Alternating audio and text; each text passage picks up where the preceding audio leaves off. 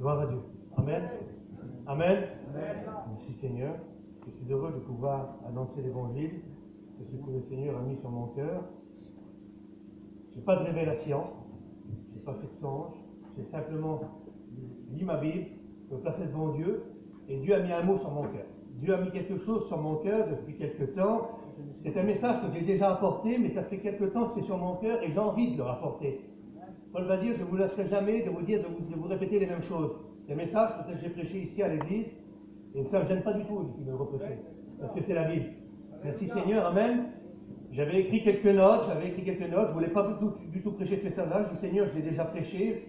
Eh ben, c'est sur mon cœur depuis quelques jours, depuis quelques semaines. Alors je me laisse conduire par le Saint-Esprit. Merci Seigneur, je pensais à un verset de la Bible cet après-midi, et puis je disais Seigneur, je veux être conduit par toi, dirigé par le Saint-Esprit. Je veux avoir ce mot de Dieu, Seigneur. Je veux avoir ce mot. Et un verset venait dans mon cœur, dans 1 Corinthiens 6, 19. Vous êtes le temple du Saint-Esprit. Et vous n'appartenez plus à vous-même. Alors j'appartiens à Christ. J'appartiens à Christ. Donc je me laisse conduire par le Saint-Esprit. Amen. Merci Seigneur. J'aimerais que quelqu'un puisse prier pour moi. Merci Seigneur. Merci. Voilà, nous te rendons grâce, Seigneur. Oui, mon sauveur. Bienvenue, mon Jésus. Merci pour ta grâce, Seigneur. Merci Alléluia. pour ta fidélité au milieu de nous.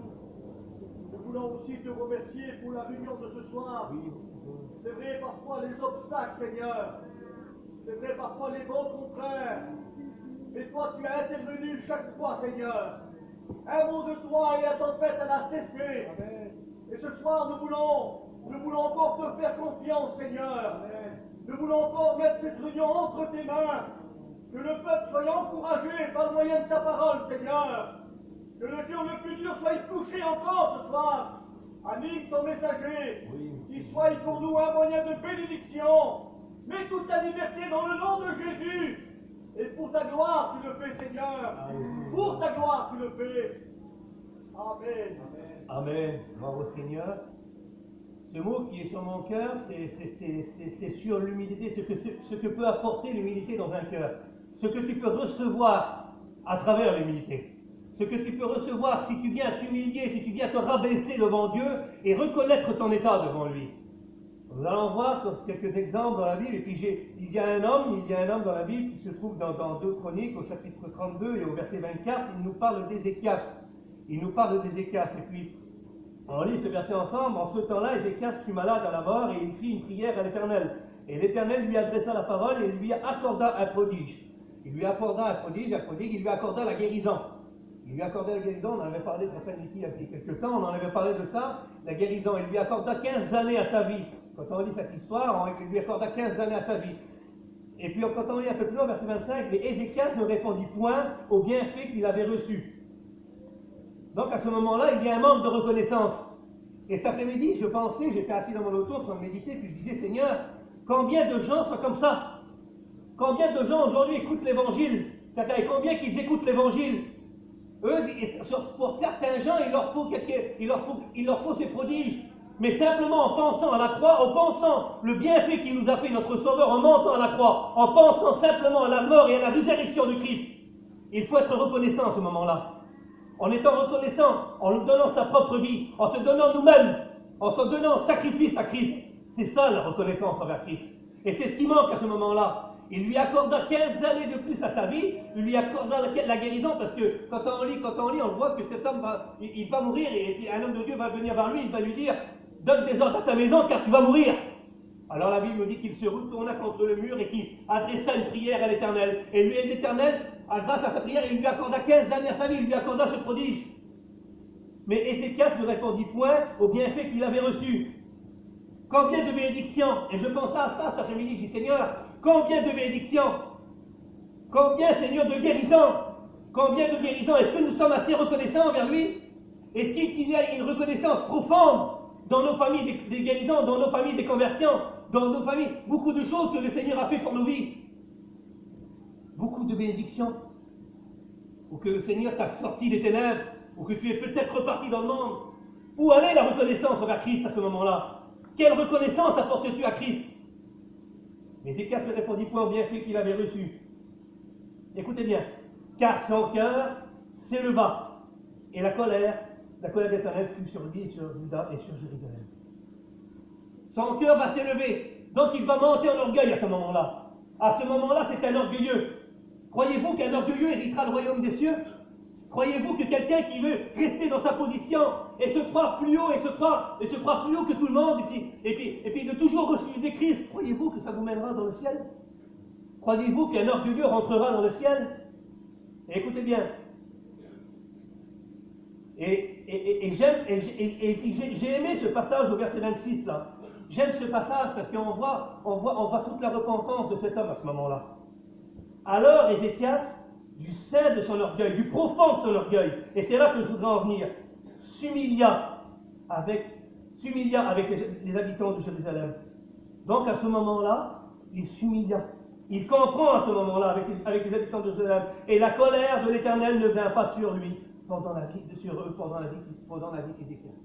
Donc à ce moment-là, il comprend au fond de son cœur, il vient s'humilier. Et voici ce que ça nous amène, l'humilité. L'humilité, elle nous amènera dans le ciel, parce que nous pouvons le comprendre à travers ce verset. La Bible, quand on la lit tout de suite au verset 25, il se leva en orgueil, et à ce moment-là, la colère de l'Éternel est sur lui, parce qu'il vient s'élever. La colère de l'Éternel est sur lui. Et je pensais à ça cet après-midi, je dis, Seigneur, il viendra un temps, Seigneur, où ta grande colère, ça sera sur la terre. Est-ce que vous voulez de la colère du Seigneur, vous? Quand on lit la Bible, la colère du Seigneur, c'est une colère terrible. Moi, j'en veux pas de la colère du Seigneur, parce que j'ai fait la paix avec Christ. Parce que j'ai su m'humilier du sein de mon orgueil, j'ai su m'humilier devant sa sainte présence. Et celui qui s'humilie, celui qui arrive à s'humilier, puis comprendre au fond de son cœur qu'il est perdu, et qu'il ne rentrera pas dans le ciel sans avoir fait la paix avec Christ. S'il arrive à comprendre ça et à s'humilier devant Christ, alors à ce moment-là, la colère de l'Éternel est plus pour lui. Et c'est ce qu'on comprend là. Je relis le verset. Alors Ézéchias, du sein de son orgueil, s'humilia avec les habitants de Jérusalem, et la colère de l'Éternel ne vint pas sur eux pendant la vie d'Ézéchias. La colère de l'Éternel n'est plus sur lui à ce moment-là. Elle n'est plus sur lui, la colère de l'Éternel. La Bible nous dit, c'est la Bible, et on ne peut pas aller contre la Bible, et c'est la Bible et c'est la vérité. Si tu n'es pas avec Christ, tu es contre lui. Donc si tu n'as pas fait la paix avec Christ, tu es contre Christ. Crois-tu combattre contre Christ? Dieu, c'est une bataille déjà perdue. C'est déjà perdu, c'est même pas la peine de combattre, c'est déjà perdu. La Bible nous dit dans 2 Samuel au verset 22 et au chapitre 22 et au verset 28, tu sauves le peuple qui s'humilie de ton regard et tu abaisses les orgueilleux. Donc si tu viens à t'humilier, tu seras sauvé, c'est pas compliqué. Je ne suis pas un théologien, je ne suis pas là pour vous apporter un enseignement, c'est la Bible dans la simplicité. Un homme humilié, c'est un homme sauvé. Un homme qui s'humilie devant sa sainte présence, c'est quelqu'un qui sera sauvé. On lit encore un verset de la parole du Seigneur, toujours dans 2 Chroniques, au chapitre 7 et au verset 14. Il nous dit, si mon peuple sur qui est invoqué mon nom, il s'humilie, prie, recherche ma face, et s'il se détourne de ses mauvaises voies, à ce moment-là, il se passe 3 faits. Si tu reconnais devant Christ à ce moment-là, si tu t'humilies, si tu viens à prier, à rechercher Christ, si tu viens te détourner de tes mauvaises voies, si tu comprends que tu es sur une voie mauvaise, alors à ce moment-là, il se passe 3 faits. Je t'exaucerai des cieux, je lui pardonnerai son péché, et je le guérirai sans péché. À ce moment-là, si tu arrives à t'humilier, le Seigneur est en train de te dire qu'il exaucera ta prière. Mais il faut prier pour être exaucé. Il faut savoir parler à Dieu pour être exaucé.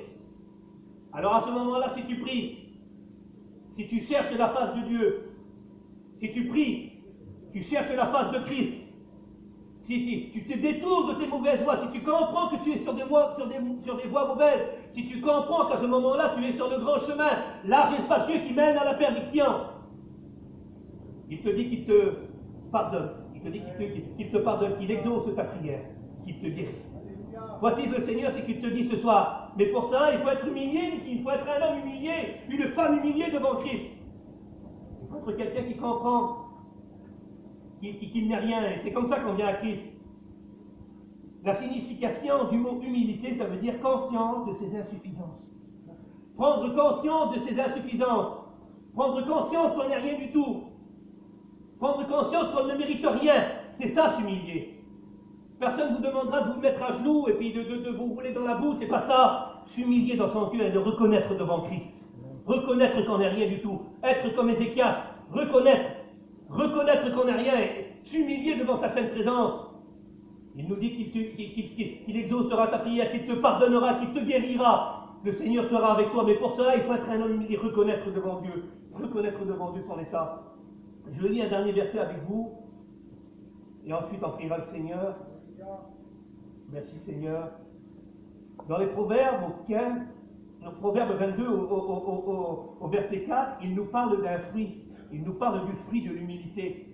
Voici ce que c'est le fruit de l'humilité. Nous allons le lire ensemble. Si tu arrives à voir ce fruit en toi, nous allons lire que ce que ça va t'apporter. Il t'apportera aussi trois choses. Le fruit de l'humilité et la crainte de l'Éternel, c'est la richesse, la gloire et la vie. Vous pouvez lire, hein, c'est dans les Proverbes 22 au verset 4. Le fruit de l'humilité, c'est la crainte de l'Éternel, c'est la richesse. Certes que vous n'aurez pas de la richesse sur la terre, croyez pas que ça sera d'avoir des tas de sous comme ça, c'est pas ça. C'est pas ça.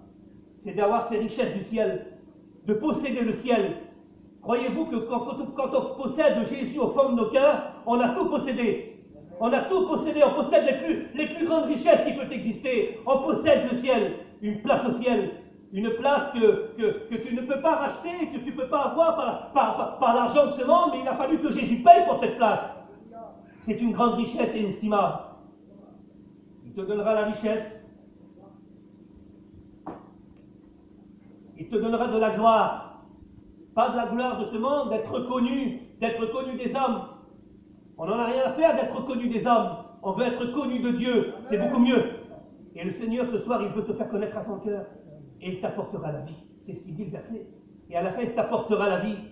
La Bible nous dit que quand nous paraîtrons devant Christ, quand nous paraîtrons dans le ciel, il nous donnera de sa propre bouche gloire, honneur et louange.